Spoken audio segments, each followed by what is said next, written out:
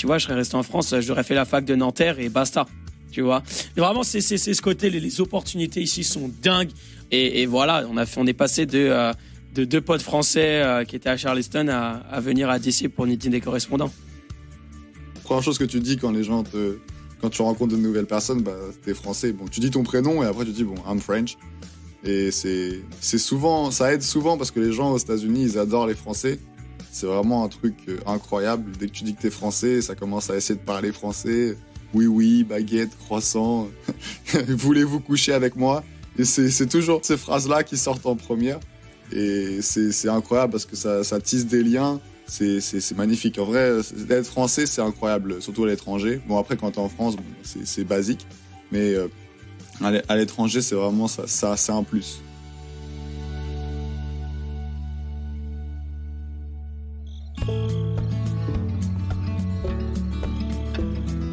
Une fois leur lycée terminé, Alex et Tom sont partis vivre leur rêve de jouer au foot pour une grande université américaine. Chacun dans une ville et même dans un état différent, les voilà, comme nous tous, confinés au début de la pandémie.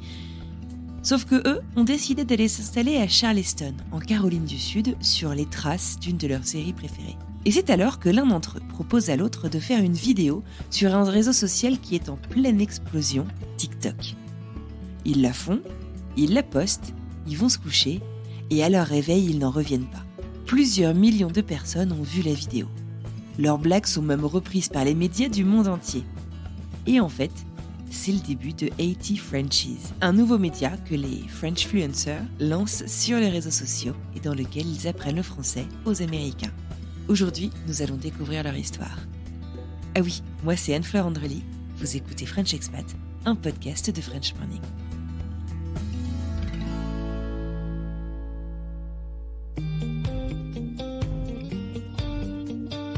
Bonjour, je m'appelle Tom, je suis le T dans 80 Frenchies sur Instagram et TikTok et aussi sur YouTube maintenant. Si j'étais dans un bar français et que je devrais me présenter, je dirais sans doute que je suis un étudiant aux États-Unis et que je joue au foot aussi aux États-Unis, que j'ai une petite chaîne très sympathique où on peut apprendre le français. Et aussi je suis un professeur de français avec mon meilleur ami d'enfance. Voilà. Bon gros mensonge, moi je vais vous dire ce qu'il aurait dit moi. Je vais répondre pour nous deux. Non, il aurait dit qu'on est on joue au football dans une université américaine et qu'on est des bons gros influenceurs aux États-Unis. Voilà. Non, non, en fait, t'as raison. Non, student athlete à l'université, on joue au football et comme Tom l'a très bien dit. Et mon nom c'est Alex. D'ailleurs, j'ai obligé de me présenter et je suis le A dans 80 Frenchies. Mais voilà, des joueurs de foot à l'université, des Parisiens, des Parigots.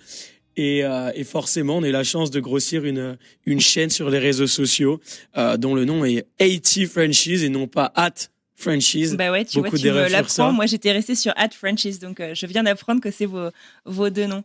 Ouais, mais c'était un peu le but quand on a créé, c'était un peu le but de faire la liaison comme ça, les gens pouvaient prononcer comme ils voulaient, mais au final, il y avait quand même le A et T par derrière. Exactement. C'est sympa.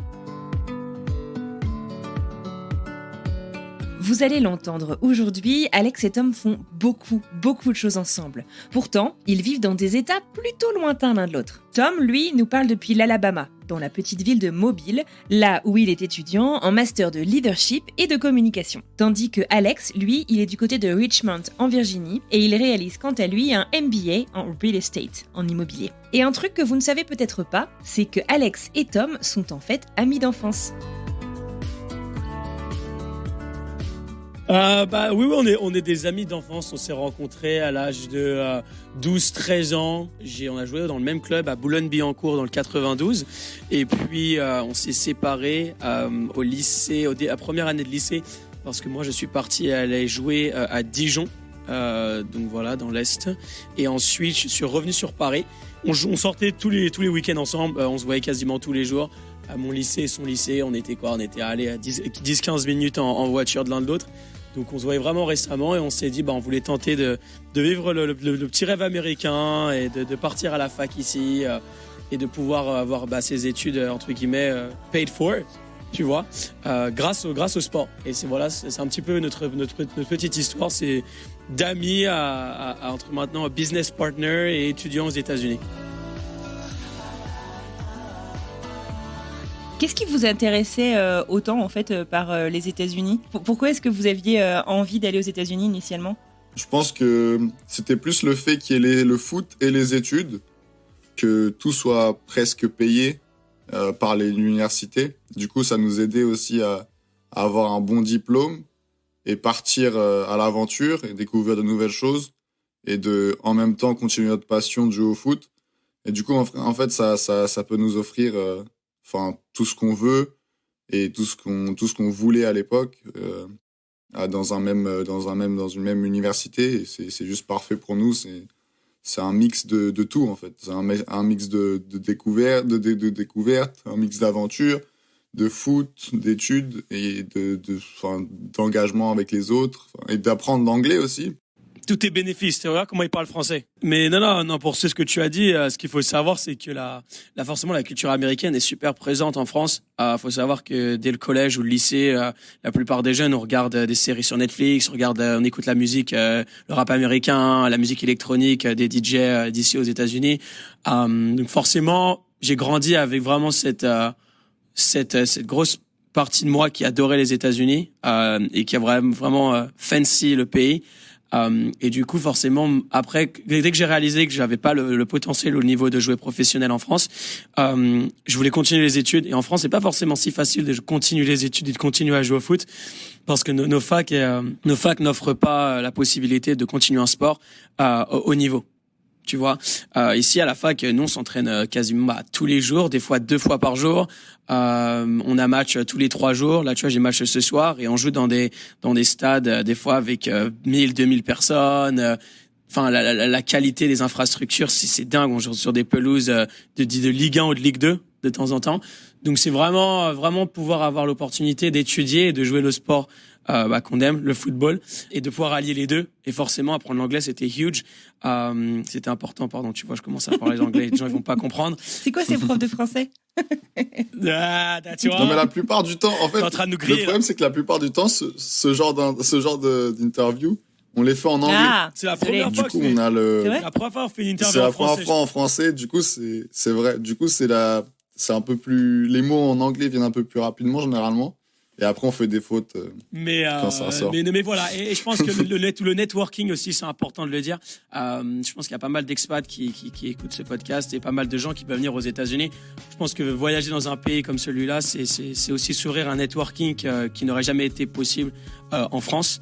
C'était, je pense, un facteur très important, la décision de partir pour pouvoir rencontrer des nouvelles personnes. Partir aux États-Unis et faire ses études, ça demande beaucoup de détermination. Mais partir aux États-Unis, faire ses études et continuer à jouer au foot au niveau universitaire, ça demande beaucoup de détermination et d'organisation. Et ça paye. En effet, Alex part faire son bachelor dans une université catholique d'Ohio, puis il est repéré par une université du Milwaukee, et enfin, depuis août 2022, il y a quelques mois à peine, il est à Longwood, en Virginie. De son côté, Tom, lui, commence par le Mississippi, et depuis également cet été, en Alabama. Il me semble avoir lu quelque part que Alex et Tom avaient envoyé plus de 900 candidatures. Si c'est pas de la détermination et de la motivation, je ne sais pas ce que c'est. Alors 900, le chiffre, il est fait sur 5 ans. Parce qu'il faut savoir que j'ai transféré 2 fois d'université et j'ai été dans 3 universités différentes. Ok, j'ai pas envoyé 900 emails en un soir comme ça. Mais aux États-Unis, je crois, si je me trompe pas, je crois qu'il y a à peu près entre 2000 et 2500 facs. Ok, du coup, entre ma première et ma deuxième année, j'ai dû envoyer, voilà, c'est exactement entre 700 et 900 candidatures. Mais ce sont des emails, ok. D'accord. C'est pas forcément des candidatures où tu payes. Non, c'est pas tout le dossier. Et Tom, je pense que tu pourras l'expliquer après. Quand tu veux transférer de fac, tu contactes les coachs par email des universités où tu souhaites étudier, et c'est à peu près ce que j'ai fait. Donc je faisais un copier-coller je copier-coller des emails à plein de différentes facs Et j'ai fait ça pendant 2 mois. J'en envoyais, je sais pas, 50 par jour, tu vois. Donc c'est un petit peu à peu près comme ça qu'on s'en est sorti avec Tom. Du coup, moi, je suis passé par dans le transfert une seule fois. Donc, j'ai fait ce procès qu'une seule fois parce que j'ai changé d'université juste après mon bachelor. Et du coup, c'est ce que j'ai dû faire aussi. Bon, j'en ai pas envoyé 900 parce que j'ai pas eu les 3 transferts. Mais j'ai dû bien en envoyer entre 200 et 300 aux universités auxquelles j'étais intéressé et qui avaient le master que je voulais faire. Et qui avaient une équipe de foot où je pouvais aller aussi. Et du coup, on envoie les emails et généralement, les coachs ne répondent pas vraiment. Et du coup, tu dois continuer à envoyer jusqu'à ce qu'il y en ait plusieurs qui répondent et après qu'il y ait des opportunités pour parler avec eux et montrer que tu peux venir jouer et étudier dans leur université. Teach English people how to pronounce French brands. Allez, brand number first. We got Dior. Dior. Not too bad, but it's more like Dior. Brand number secondly, we have Chanel. Chanel. No! This is the A, not the E. Chanel. Brand number third, we have Louis Vuitton.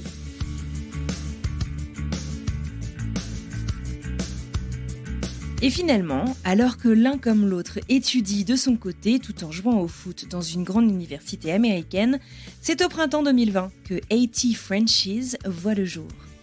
À cette époque-là, souvenez-vous, c'est les débuts de TikTok. Alex, ça l'intéresse pas énormément, mais Tom réussit à le convaincre d'y jeter un œil. Un peu dubitatif, pour lui TikTok c'est un truc pour les ados. Et ils font une vidéo, ils vont se coucher, et ils se réveillent pour découvrir que 7 millions de personnes ont regardé leur vidéo pendant la nuit. À cette époque-là, ils l'ignorent complètement, mais c'était en fait le début d'une grande aventure pour les 2 amis d'enfance. On était ensemble. On était ensemble en fait. Mais c'était Tom. Hein. Moi, TikTok, c'était pas mon délire du tout. Je sais que Tom, c'était une de tes idées de faire une Ah ouais, t'es comme ça, toi.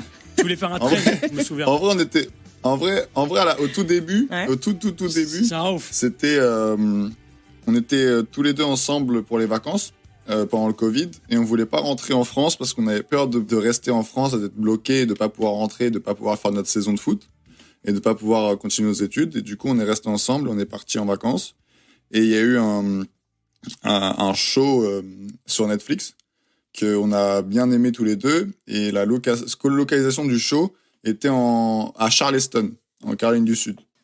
Et c'était quoi la série ? C'était Outer Banks. Toutes les scènes étaient tellement jolies qu'on s'est dit il faut aller voir l'endroit, c'est magnifique, on n'a rien à faire, on était bloqués en Louisiane et du coup on a bien aimé le show et on s'est dit on va aller en vacances dans cette localisation là et on va regarder un peu l'endroit, on va se faire plaisir, on va avoir du fun un peu. À ce moment-là, TikTok ça devenait vraiment très gros. Il y avait une trend que j'avais vraiment envie de faire et que du coup j'ai parlé à Alex et je lui ai dit vas-y viens on va faire cette trend parce qu'on n'avait rien à faire ce jour-là et du coup on l'a fait et ça a plutôt pas mal marché et après on en a fait d'autres et puis après on était sur la plage, je me souviens, on s'est dit qu'est-ce qu'on peut faire en tant que Français un peu aux États-Unis. How do you say quel in English? Witch. How do you say sorcière in English? Witch. Then how do you say à souhaiter in English? Wished. And how do you say un vœu? Wish. So how do you say quelle sorcière a souhaité quel vœu? Et on a commencé à prononcer des mots anglais avec notre accent français. Et après, c'est parti de là et ça s'est développé en ce que ça s'est développé. Mais... C'est vraiment cette histoire vraiment space où on n'a vraiment jamais eu l'intention de poster des vidéos sur TikTok pour devenir le next Charlie D'Amelio ou le next Addison Rae, tu vois. C'était vraiment juste c'était une grosse déconnade. Et c'était quoi cette première vidéo ? Je sais pas si tu regardes les jeux vidéo, mais quand tu joues à Super Smash Bros ou Super Mario, etc., et que tu choisis ton joueur, tu sais, il bouge comme ça. Tu vois, comme ça, ils font un tour autour d'eux-mêmes. Et c'est ce qu'on sait, en fait. Donc, tu vois, si tu descends, je crois que Tom, la vidéo, elle est toujours sur le compte. Hein. Donc, si tu descends tout en bas, tout en bas, elle y est toujours, c'est la vidéo la toujours. plus débile de notre compte, je pense. C'est très sarcastique aussi. La vidéo, toutes les informations sur les joueurs sont fausses. Enfin, c'est pas du tout nous. Mais c'était plus marrant.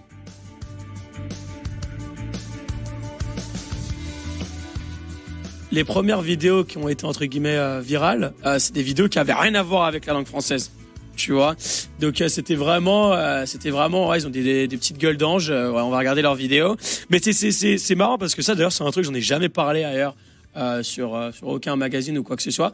Mais je pense que ce qui nous a poussé à commencer ce contenu français, c'est qu'on a vraiment remarqué qu'on avait un profil assez unique.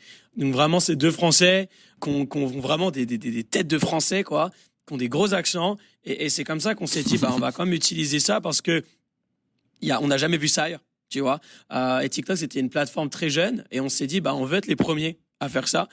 Donc, on a vraiment posté, on postait genre 2-3 fois par jour, how to use slang words, les différences culturelles entre la France et les États-Unis. Et ces vidéos marchaient bien, tu vois, mais on n'était pas assez marrant. Moi, je trouvais avec Tom, on trouvait pas de contenu assez humoristique. Donc c'est là qu'on a commencé à créer un trend où on disait the hardest English words to pronounce, où on prononçait les mots anglais les plus difficiles. Et c'est là où ça vraiment tout a commencé et l'attention a commencé à être énorme parce que c'est là où on a vraiment eu par des millions et des millions et des millions de vues chaque vidéo quand les gens nous entendaient parler anglais. C'est ça qui vraiment les a marqués le plus. C'est l'accent et le fait qu'on pousse l'accent encore plus que... Déjà, notre accent à la base, surtout le mien, est très très gros. Enfin, tu l'entends vraiment, c'est vraiment un accent français. Alex, il commence vraiment à avoir un bon accent américain. Mais moi, mon accent est toujours très très français. Mais justement, ce qui est marrant, c'est que sur les vidéos, c'est Alex qui fait le meilleur accent français dans les vidéos parce qu'il arrive à trouver l'intonation parfaite sur les mots pour vraiment détruire le mot anglais et le faire résonner français, c'est incroyable. T'as le droit de dire que je suis un bon acteur. Mais exactement, c'est un compliment. Un peu. Merci.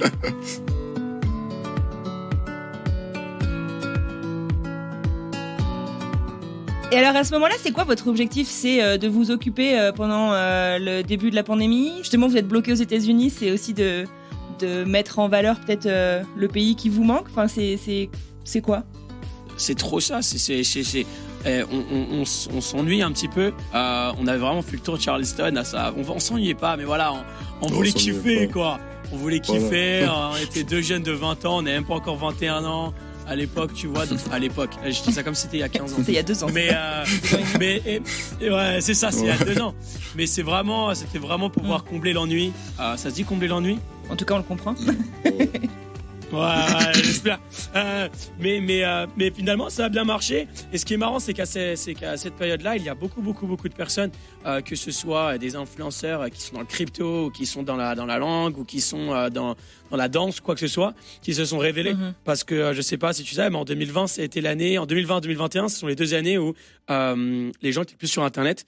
Donc c'est vraiment l'exposition était dingue. Et entre guillemets, on a surfé sur la vague et nous voilà aujourd'hui et on continue de marcher correctement. Donc voilà, c'est plutôt sympa. Exactement. Comment est-ce qu'on pourrait définir le compte IT Frenchies? C'est quoi du coup votre contenu aujourd'hui? C'est quoi votre patte? C'est quoi votre marque? Learn French while having fun. Exactly. Donc du coup, les personnes que vous touchez le plus, ce sont des Américains, des anglophones? Des anglophones, on va dire, ouais. Et des Indiens aussi. Ah ouais? Des Indiens, beaucoup ouais. d'Indiens. Ouais. Beaucoup d'Indiens, exactement. On a beaucoup d'Américains, Australiens, Anglais. Canadiens. Et après, Canadiens, Indiens et après Français. Donc, D'accord. Les Québécois, les Québécois, ils nous kiffent. C'est vrai? À chaque fois, je regarde les commentaires, il y a pas de Québécois qui, dès qu'on dit, ouais, voilà, en français, on dit ça, ils disent, oh non, au Québec, on dit pas ça. Je les aime trop, moi. Faut que j'aille au Québec. ouais. Mais on a pas de Français, mais par contre, on a beaucoup d'Américains, d'Anglais qui habitent en France. On a beaucoup de personnalités, c'est dingue, on a beaucoup de personnalités américaines, anglaises, australiennes qui habitent en France, qui regardent nos vidéos. Et qui vraiment utilisent nos vidéos pour comprendre un peu mieux la culture, pour un peu comprendre, pour apprendre la langue de manière balance des noms. Bah, on a Jérôme Keno qui était l'une des légendes des All Blacks, ouais. Au rugby. On a qui d'autre? On a le joueur de football Adil Rami de l'équipe de France. Pogacar, le vainqueur du Tour de France. Ouais, le vainqueur du Tour de France. Les 3 années d'avant, celui-là. Énorme. Ouais, c'est ça. Il y en a plein. Il y a l'actrice principale de Pretty Little Liars. Ah ouais. Mais vous avez dû halluciner en fait. Vous êtes réveillé un matin et puis le truc a pris. Enfin, je veux dire, parce que là, je sais, moi, pendant que je vous suis sur Instagram, vous avez quoi, 1 demi-million de personnes qui vous suivent. J'imagine que vous pouvez pas regarder chaque personne qui s'abonne, aller voir qui c'est, mais il y a eu un moment où ça a dû arriver, quoi. Où vous avez dû vous dire, mais qu'est-ce qui se passe, enfin, comment est-ce qu'on gère ça? Donc, tu te souviens, on avait parlé au début de l'épisode du podcast qu'on est allé à Charleston à cause d'une série américaine. Oui. Et je crois qu'après 6 mois, qu'on a commencé à faire des vidéos, les 2 acteurs principaux de la série nous ont suivis. Donc là, je peux dire, c'est là où j'ai compris qu'on était vraiment sur une autre planète. C'était magique. Les 2 étaient en couple à l'époque. Les 2 acteurs étaient en couple. Donc nous, on se disait, ouais, ils doivent se faire des date night dans leur canapé, des grosses barres devant nos vidéos et tout. Mais c'est énorme parce qu'on a un énorme support de la part de d'autres célébrités de soutien de la part de d'autres célébrités ou d'autres influenceurs qui kiffent nos vidéos et même des personnes qui sont pas forcément célèbres. L'encouragement et le côté on est là, on aime ce que vous faites et on veut que votre bien de la part d'autres personnes, c'est dingue. En France, malheureusement, c'est un peu plus négatif. On a beaucoup de commentaires de Français. C'est que des connards qui utilisent la langue française pour avoir des abonnés. Ouais, des fois, ça arrive qu'on se fasse un peu clasher. Même quand je rentre en France, les gens reconnaissent pas forcément énormément le côté. Parce qu'il y a pas de talent. Moi, j'ai toujours dit, on n'est pas des gars talentueux. On est juste des mecs qui étaient là au bon moment, au bon endroit. Tu vois, mais bon, je trouve que il y a vraiment en France ce côté jalousie qu'on retrouve pas du tout aux États-Unis. Mais ça veut pas dire que j'aime pas la France ou quoi que ce soit. Au contraire, moi, les Français, je les adore, je les kiffe à fond. Mais c'est juste, c'est un peu dommage. Je trouve que il y a beaucoup de gens qui, au contraire, aux États-Unis, essayent de faire la même chose que nous. Beaucoup d'expats. Il y a des dizaines d'expats influenceurs qui font la même chose que nous parce qu'ils ont vu nos vidéos. Et ils nous le disent, tu vois. Et aujourd'hui, on a vraiment l'impression qu'on a vraiment lancé une grosse vague de apprendre le français grâce à des short form vidéos. Avant ça, je pense que ça se faisait pas. Je vais être complètement honnête, à part YouTube et les gens qui apprenaient le français sur YouTube, qui enseignaient le français sur YouTube, TikTok, Instagram, etc. Ça s'était pas fait avant. Donc, tu vois, aujourd'hui, je pense qu'on a vraiment ce soutien de cette qu'on appelle ça. Cette communauté, tu vois, de profs de français en ligne, et c'est vraiment ce qui fait notre force. Tu vois, on s'entraide beaucoup entre nous et les autres. Et alors, il y a des retombées complètement hallucinantes. Tu dis qu'il y a peut-être des commentaires qui n'ont pas été faciles, mais vous avez été invité au dîner des correspondants de la Maison Blanche. Enfin, c'est des proportions complètement hallucinantes. Je veux dire, vous pouvez me raconter ça? Comment est-ce que c'est arrivé? C'est l'ambassade française qui nous a contactés par email. Il nous a dit qu'ils avaient un projet qui voulait lancer un projet sur TikTok et du coup qui voulait rassembler plusieurs influenceurs français et faire des vidéos et leur donner des idées. Leur compte est actif aujourd'hui. Il est plutôt sympa, faut aller le voir. Et du coup, le fait de partager avec plusieurs influenceurs, ils nous ont dit d'avoir un petit meeting, un Zoom call pour en parler. Et du coup, on était en train de parler des détails, de comment on pourrait les aider, qu'est-ce qu'ils pourraient poster, quel genre de content ils pouvaient mettre. Et à la fin du call, ils nous ont dit, bon, on a une petite surprise pour vous. Est-ce que vous êtes libre du temps au temps? Et nous, on s'est dit, oui, sûrement, on n'a rien d'autre à faire. Et c'est là où ils nous ont annoncé que on était invités pour le Dinner of Correspondence. Et c'était notre réaction. J'étais un peu choqué. Je me suis dit. Vous saviez ce que c'était quand on vous l'a annoncé? Au tout début, non. Et après, du coup, on les a regardés, on a fait oui, oui. Et après, du coup, on a regardé tous les deux sur Internet et on s'est dit d'accord, oui. D'accord.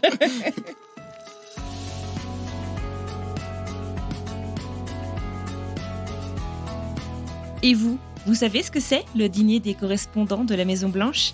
L'association des correspondants de la Maison-Blanche, la White House Correspondents Association, WHCA, c'est en fait une association américaine qui regroupe les journalistes qui couvrent l'actualité du président des États-Unis. Cette association, elle a été fondée en 1914, donc il y a plus de 100 ans, en réaction à une rumeur accusant l'administration présidentielle de choisir et de sélectionner les journalistes autorisés à assister à la conférence de presse du président des États-Unis, qui était alors le président Wilson. Et c'est en fait en 1924, donc il y a 98 ans, que le dîner annuel est devenu une tradition nationale, durant laquelle le président et le vice-président des États-Unis apparaissent. La soirée se déroule le dernier samedi du mois d'avril, et depuis plusieurs années, il est d'usage que soit présenté après le dîner un sketch dans lequel on se moque un peu du président. Ce sketch est parfois même effectué par le président lui-même ou par un comédien ou un humoriste. En 2006, c'était Stephen Colbert, et si vous avez 5 minutes, je vous encourage vraiment à aller le regarder parce que c'était très rigolo. Et en 2011, Barack Obama prononce lui un long discours de presque 20 minutes dans lequel il cible notamment Donald Trump, présent dans le public, après la polémique qui avait été lancée quant à ses origines, qu'il était soi-disant pas américain. Allez, on y retourne. Il a dit le dîner des correspondants. Nous, on pensait que c'était un dîner avec les mecs de l'ambassade et basta, tu vois. Mais comme Tom l'a très bien dit, on a vraiment été contacté par l'ambassade de France à DC, à Washington, pour entre guillemets travailler avec eux dans le but de promouvoir la culture française ici aux États-Unis. Donc c'était vraiment un partenariat stratégique qu'on a toujours avec eux d'ailleurs, pour pouvoir entre guillemets ramener de plus en plus de jeunes, parce qu'il faut savoir que on a vraiment cette image en France de les Français ils sont méchants, Paris c'est sale, c'est une ville overrated. Non, on n'est pas méchants, on est très honnête. Tu vois, moi j'essaie toujours d'avoir ce côté un peu positif des Français et des Parisiens surtout. Mais du coup voilà, on a cette collaboration qui est toujours d'actualité. Et à la fin du coup, comme Tom l'a dit, ils nous ont proposé on a 2 événements les plus importants de l'année et on souhaiterait vous inviter, le dîner des correspondants et l'attribution des étoiles Michelin des restaurants à Washington. Et on a rencontré des gens de ouf, tu vois. À notre table, on était censé être avec, à l'événement, on était censé être avec DJ Snake, tu vois. Il avait eu le Covid. Donc il a pas pu venir, mais on a rencontré des gens de dingue. Toi, Tom, t'as rencontré un acteur d'Harry Potter. Ah oui, c'est vrai. Le père de Malfoy. Je me souviens plus du tout comment ça s'appelle. S'il y a des fans d'Harry Potter, le père de Malfoy, voilà, il était là. Et puisque la question vous brûle les lèvres, mais Anne Fleur, qui est-ce ? Il s'agit de Jason Isaacs, ou Jason Isaacs. Mais on a rencontré le père de Malfoy, l'influenceur numéro 1 en France qui s'appelle Akams, et le directeur monde de Michelin. Tu vois, donc tu vois, et c'est comme je disais, on parlait de networking, mais tu vois, c'est des opportunités. Si on était resté en France, on n'aurait jamais pu avoir. Et même, tu vois, là, par exemple, en février, moi, je commence un stage avec l'ambassade de France dans le secteur communication. Tu vois, je serais resté en France, j'aurais fait la fac de Nanterre et basta. Ouais. Tu vois, et j'aurais fini cadre entre 30 et 40 ans, et c'est à peu près.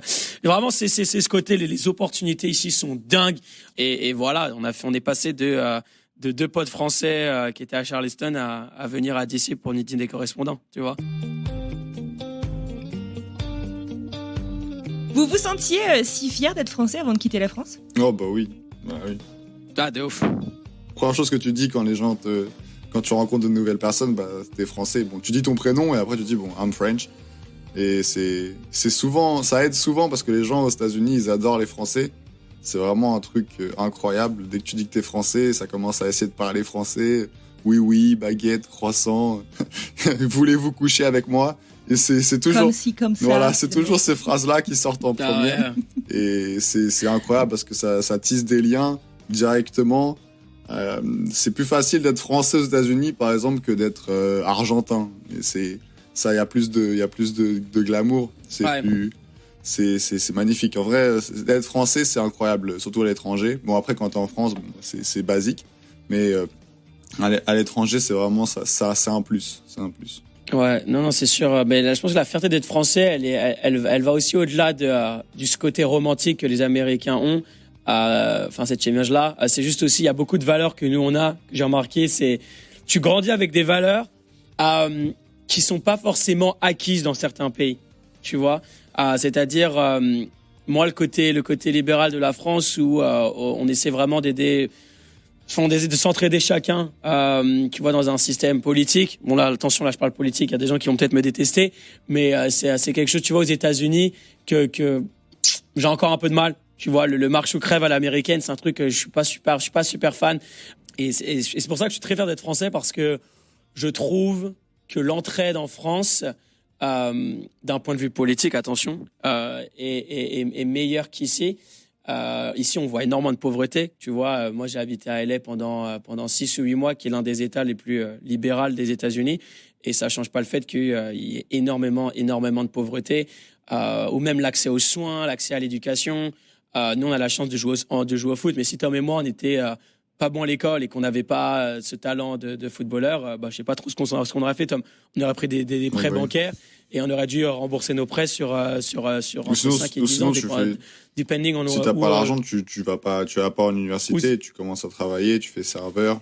Tu vois, il n'y a pas l'opportunité d'avoir l'université gratuite. C'est ça. Donc c'est vraiment cette fierté-là de l'accès à certains services et certains produits qu'on n'aurait pas pu, que les Américains n'ont pas. Donc c'est vraiment cette fierté-là. Tu vois, cette fierté on est français et on a des belles valeurs et on essaie de partager ça ici, tu vois. Dès qu'on peut aider les gens, on les aide. On n'est pas le type de personne tu nous reconnais dans la rue, on va pas te calculer, ou t'es un petit média, on va pas t'accorder du temps. Au contraire, c'est vraiment pas ça le but. Donc ouais, voilà.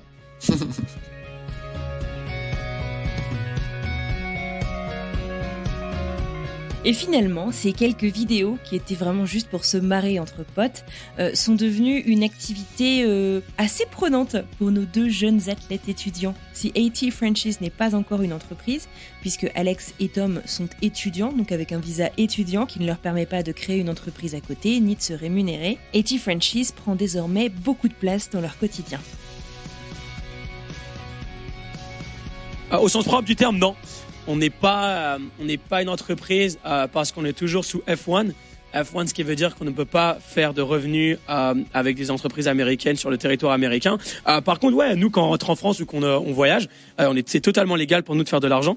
Ok, donc c'est-à-dire que quand je rentre en France, si je veux représenter la marque Aven ou si je veux représenter une autre marque, une marque de chaise, une marque d'ordinateur, je peux le faire. Tu vois.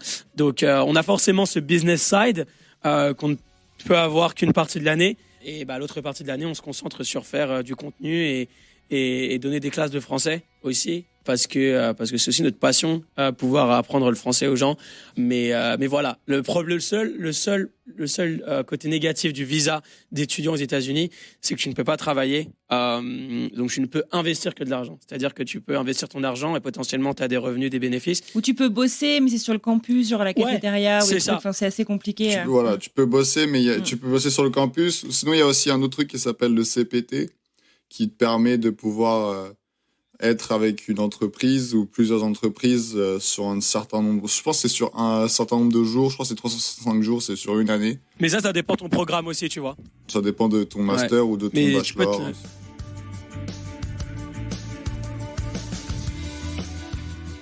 Vous disiez que vous donnez aussi des cours de français, ça j'avoue que je l'ignorais. Comment vous faites ça? Auprès de qui? Si vous pouvez m'expliquer. C'est simple, hein. Tu sais, il y a pas beaucoup, tu sais, l'université, même si on a des bourses, la vie sur le campus, elle coûte cher. On a des appartements, on a nos leases à payer, on a la nourriture à payer, on a nos transports, et puis la vie de tous les jours, tu vois. Donc, comme on peut pas faire d'argent sur les réseaux sociaux, on essaie de trouver des moyens de faire de l'argent de manière légale, donc faire de l'argent sur le campus, et pouvoir être des tuteurs, apprendre le français aux gens en ligne sur Zoom. Donc c'est notre seule manière de faire de l'argent, c'est de faire des classes de français. Mais je pense pas que ce soit l'argent qui nous ait motivés, parce que même avant qu'on blow up sur les réseaux sociaux, moi j'étais déjà tuteur dans ma première école en l'Ohio, et ça m'a permis de rencontrer un tas de personnes de backgrounds différents, d'ethnicités différentes, tu vois. Donc je pense que apprendre le français, ça m'a permis de connecter avec énormément de gens à travers tout le pays, à travers mon campus, dans tout le campus aussi. Et derrière, il y a forcément l'aspect monnaie, argent. Donc si tu te fais payer pour faire quelque chose que tu aimes, why not? Donc c'est vraiment le but. Et des fois avec Tom, on donne des cours de français tous les deux, donc c'est encore mieux ça. Ouais, c'est bien. Ouais, quand on fait des cours de français tous les deux, c'est encore mieux parce qu'il y a plus de fun, c'est plus intéressant pour les personnes en face, parce que du coup elles nous voient ensemble. Et nous deux, c'est complémentaire. Généralement, on n'a pas besoin de se voir avant et de passer par le cours et de réviser, on va dire. c'est assez fluide quand on partage ensemble les cours ou même les interviews. Et du coup, bah, c'est cool et c'est sympa. C'est une bonne expérience à chaque fois. On découvre de nouvelles personnes et bah, on network aussi parce que du coup, on sait jamais. Il y a toujours, dès qu'on rencontre quelqu'un, il y aura toujours peut-être un jour ou l'autre, on pourra les revoir dans un endroit ou un autre. Et du coup, bah, ça aide et ça tisse des liens, même pour toujours parce que eux, du coup, après, ils ont commencé à apprendre le français avec nous. Et nous, bah, on a commencé à leur apprendre le français. C'est toujours bien de pouvoir parler comme ça et de se dire, on a fait partie de leur histoire un petit peu.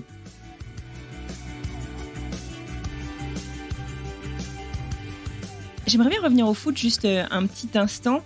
C'est quoi vos postes, vos positions, comment est-ce qu'on dit? Dans la poste. Je suis attaquant, voilà. Et, marque des buts. Et toi, tu encaisses les buts, Alex. et moi, c'est ça. Moi, je les arrête, moi. Voilà. Moi, Non, tu les bloques. encaisse. Tu les bloques.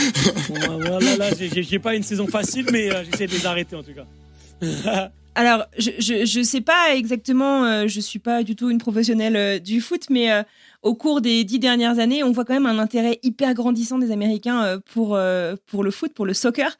Est-ce que vous pouvez, je sais pas, est-ce que c'est un truc que vous avez observé? Oui, ça se développe vraiment. C'est quelque chose qui se développe. Il y a beaucoup d'internationaux qui arrivent et qui mettent un peu de leur patte et qui essayent d'aider un peu le processus et de devenir un peu meilleur au foot parce que, on va dire, il y a 20 ans, c'était pas vraiment top. Là, ça commence à augmenter. Il y a beaucoup d'internationaux qui arrivent pour venir jouer, bah, comme Alex et moi. Et du coup, bah, ça aide les universités, ça aide les Américains aussi à se développer. Ça aide tout le programme du foot à se développer. Bon, après, ils ont encore des lacunes, on va dire. Par exemple, nous, en France, on joue de toute l'année. On va jouer de septembre à mai. Et ici, les saisons, c'est que de fin août à fin octobre, début novembre. Et après, bah, tu fais pas grand chose. C'est des entraînements, une spring saison. En gros, il y a fall season et spring season. Et du coup, c'est divisé en 6 mois. Et c'est ça pour tous les sports. Donc, c'est leur culture. C'est comme ça qu'ils le font.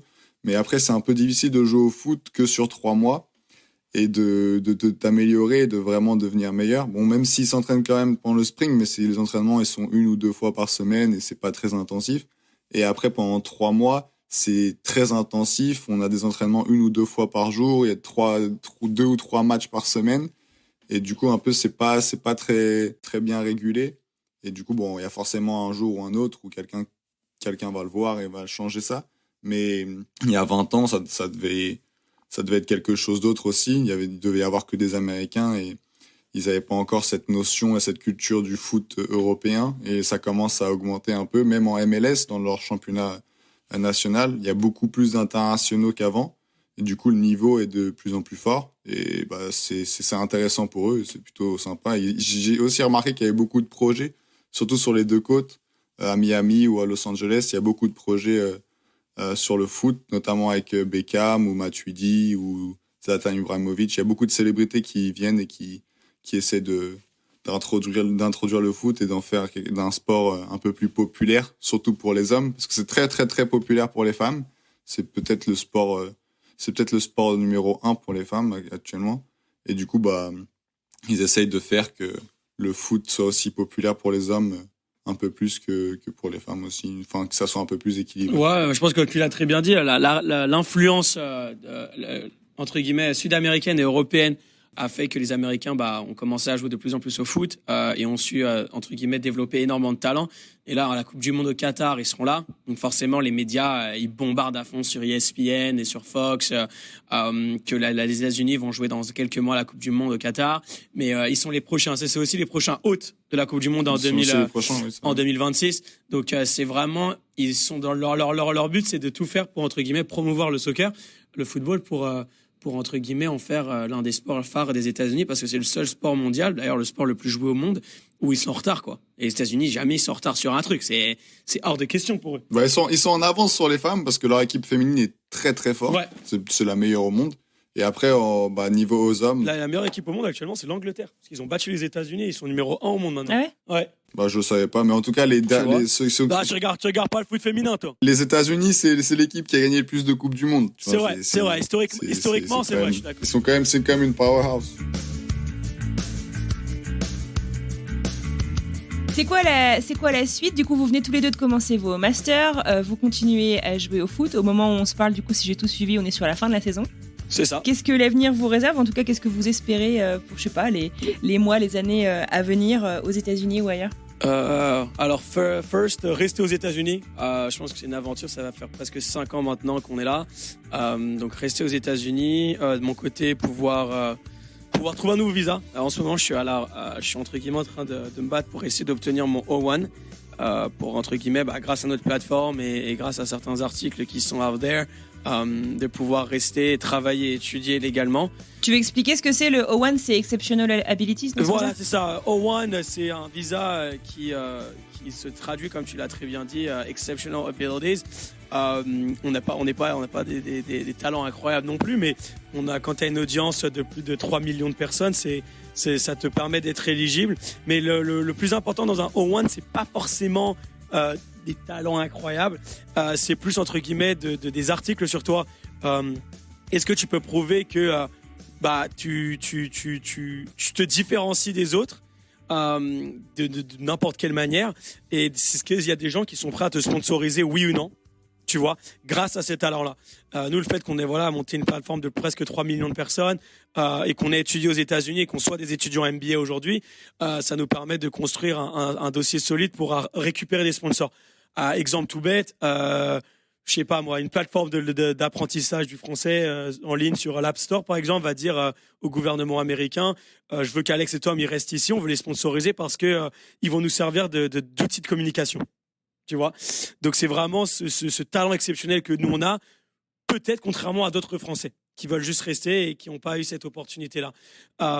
Après, il y a plein d'autres manières de rester. Hein. Tu peux te marier. Beaucoup de Français qui font ça, et puis aussi de faire la loterie ou bien l'OPT aussi. L'OPT aussi, mais il faut savoir que l'OPT ça devient de plus en plus dur, surtout si tu es juste un undergrad, parce que forcément les entreprises pour embaucher un Français, et je pense qu'Anne-Fleur tu le sais, il faut qu'elle prouve au gouvernement américain qu'elle t'embauche, parce qu'un Américain ne peut pas faire ce que tu fais toi.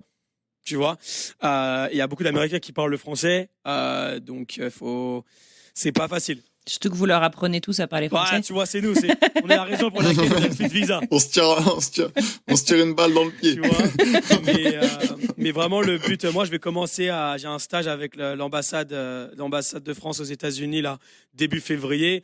J'essaie d'avoir Tom, j'essaie de faire tout pour que Tom vienne. Mais bon, il a le foot encore.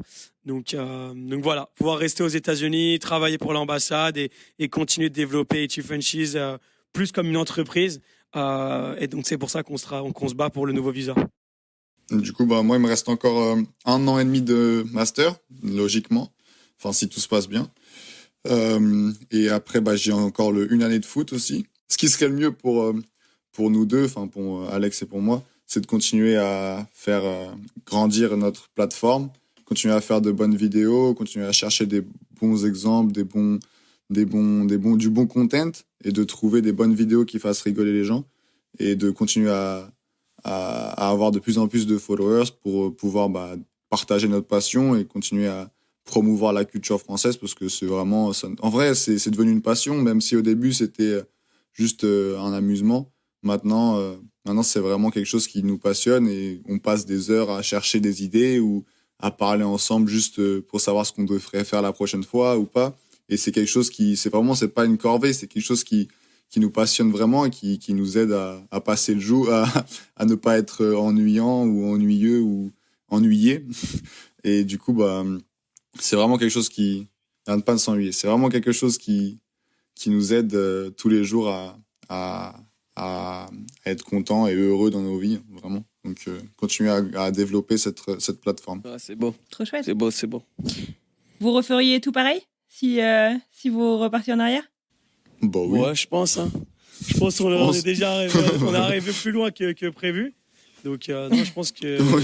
Je pense que je ne... Il n'y a pas grand-chose à changer. Non, franchement, des fois, quand Tom et moi, on est tous les deux, et que je me rappelle cet été, il est venu me rendre visite chez ma copine en Californie, et on était tous les deux dans le jacuzzi avec la vie difficile. avec quelques binous, coucher de soleil et tout, tu vois. C'était beau, et c'était beau, on est dans le jacuzzi et on se dit waouh. Parce qu'avec à Charleston, on dormait dans la même chambre, mais quand je te dis que la chambre, elle fait quoi? Elle fait genre 5 mètres, c'est quoi? 5 mètres carrés la chambre. Mais il n'y avait même pas de chambre. En gros, ce qu'on faisait, c'est il n'y avait pas de chambre. Et c'était pas une chambre. En gros, ce qu'on faisait, c'est il y avait le owner de la maison qui nous hébergeait sur un canapé dans une chambre qui n'était pas une chambre, mais qui était un couloir où il avait mis un rideau pour que ça soit une chambre pour nous. Et que nous, en échange de ça, on était logés gratuitement, mais en échange d'être logés, on repeignait les maisons et sa maison pendant le jour. On faisait 2 ou 3 heures de peinture par jour. Et du coup, c'était un peu l'échange de monnaie. Nous, on faisait les peintres et après, ils nous offraient un canapé-lit dans un couloir. C'était même pas un canapé. Et du coup, c'était un canapé, hein. Le truc, c'était un canapé. C'est vrai. Ouais, c'était un canapé. Il n'y avait pas, tout dur. Il y avait pas le canapé. C'était tout dur. Je me souviens. Après, il faut se débrouiller. On dormait sur le côté comme ça parce qu'on ne pouvait pas se dormir le dos comme ça. Et ça a duré pendant 2 semaines. Donc, on s'est dit, on est passé de ça à, comme tu l'as très bien dit, dîner des correspondants, Cannes et dans un jacuzzi en train de boire une binouze et d'être au coucher de soleil. Tu vois, nous, on est là, ah putain, il y a 0 regret à avoir. Vraiment, 0. C'est le rêve américain. C'est ça. C'est le rêve américain, vraiment. Tu vois. Ça part de 0, ça peut aller à 2000. Tu vois, et on fait que commencer, tu vois. Ça fait que 2 ans qu'on a la plateforme. On a que 22 ans. Tu te rends compte, si on continue à innover et à faire ce qu'on fait, je pense que le ciel n'a pas de limite. Je sais pas si ça se dit en français. Ouais, je crois. Eh ben, c'est génial, écoutez, bravo pour ce que vous faites en tout cas, et puis bravo de faire rayonner comme ça la culture et la langue française en ligne. Merci beaucoup Anne-Fleur de nous avoir eu sur le pod, voilà, sur le podcast. S'il y a des expats qui ont des questions à propos de notre expérience ou à propos de visa ou vraiment quoi que ce soit, n'hésitez pas. Franchement, avec toi, on essaie de passer vraiment 1 heure, 2 heures par jour à regarder les DM et à essayer d'aider le plus de personnes possible. Donc, n'hésitez pas. Et il y a même notre email dans notre bio. Et franchement, nos emails, on répond à quasiment tout le monde. Tu vois, Anne-Fleur, tu nous as envoyé un email, on a répondu. Donc c'est vraiment, on est là pour aider. Anne-Fleur, encore merci de nous avoir donné la visibilité. Et voilà, n'hésitez pas si vous venez aller aux États-Unis ou bien aller en France si vous êtes américain.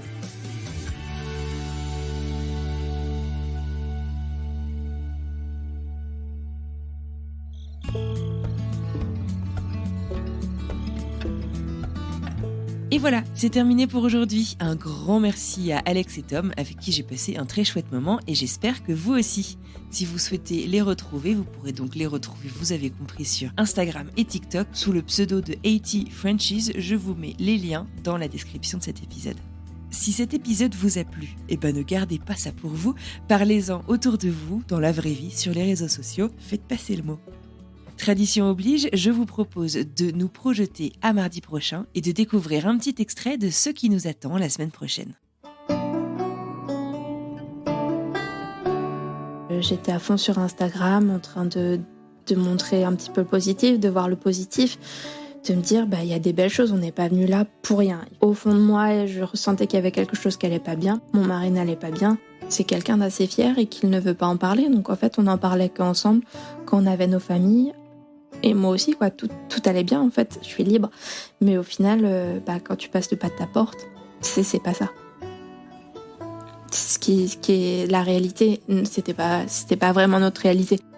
Tu peux pas dire à quelqu'un que t'aimes, allez, on fait semblant, allez, voilà, non. Donc c'est ce qui a fait que on a eu une conversation et qu'on a pris la décision de rentrer. Je crois qu'on était arrivés au bout.